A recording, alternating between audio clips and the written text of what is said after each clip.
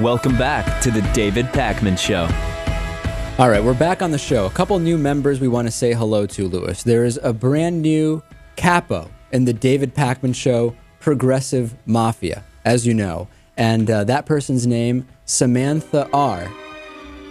Brand new capo. She will be working in a very, what would we say, high-profile capacity with the show, of course, handling the family business. Definitely. And also several new associates, Austin W., Daniel B., Katarina M., and a couple of others who are choosing to remain anonymous. That's probably smart, right, Lewis? And in our line of work, yeah. You don't want people to be associating you with any kind of mafia, be it progressive or otherwise. You're right. Smart, very smart. So there's a lot of people who talk about whether the drinking age should be reduced to 18, right? And the logic is, well, you can join the military when you're much younger than 21. I don't actually know if it's 17 or 18 or what it is at this point. I was under the impression it was 18, but it could be 17, 16. You can vote as well. So what, if honestly, if you are being considered adult enough to do those things, aren't you adult enough to drink alcohol? Mm-hmm. What's your position on this? As a bartender, as a professional bartender, and very experienced in dealing with people who have been drinking, what's your position on this? I think it should be 18. You think it should be? Definitely. Why? Just for the simple fact that if you can take a bullet for your country and vote, you should be able to have a drink. What about the fact that states who previously lowered the drinking age to 18, Massachusetts is one of these, actually saw more alcohol-related car crashes? Well, of course that's going to happen. If you have more people drinking legally, you're going to have more car crashes. But I bet you... Hold on a second. Hold on. Let me finish. I bet you within... How long was the age reduced for? I don't remember. A couple years, I think. Like 2 years? I'm not sure. I don't have it in front of me. I'm willing to bet that within 4 or 5 years... It would have normalized. Not only will it would have normalized, perhaps you still would have had the highest rate of accidents be people who are 18 to 21, but I bet you the people who are 21 and over, the rate will have gone down. So you're saying no matter what the starting drinking age is, obviously assuming it's not 9, people can't drive anyway, initially people are going to get into more accidents, but once they're a few years out of the minimum drinking age, that would go down. I think it will. I mean, the people who say that, who would argue against the fact that drunk driving accidents actually go up when these tests have been done, say, you know, the reality is that these people are going to be able to drink anyway. And if you're actually able to make it legal, there's less of a chance that they're going to be going through unsafe practices to get alcohol, going up to the drug dealer and saying, well, you go into that liquor store and get me some beer. Right.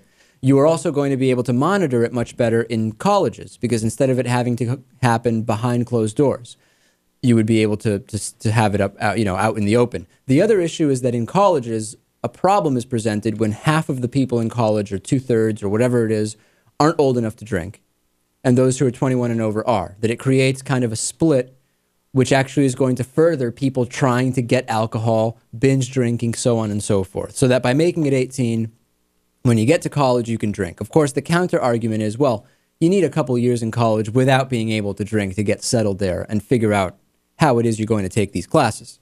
Let's face it. We've spent some time in colleges and at colleges. The younger students are drinking. Well, the argument is that if they legally could, the fact that right now 18 to 20-year-olds are more likely to binge might change. It might go down if we were to legalize 18 to 20-year-old alcohol drinking. I don't know. I think it will go down. I think what people don't do is they don't compare statistics to other countries where the drinking age is lower. Well, there are some comparisons. I mean, my thought is this.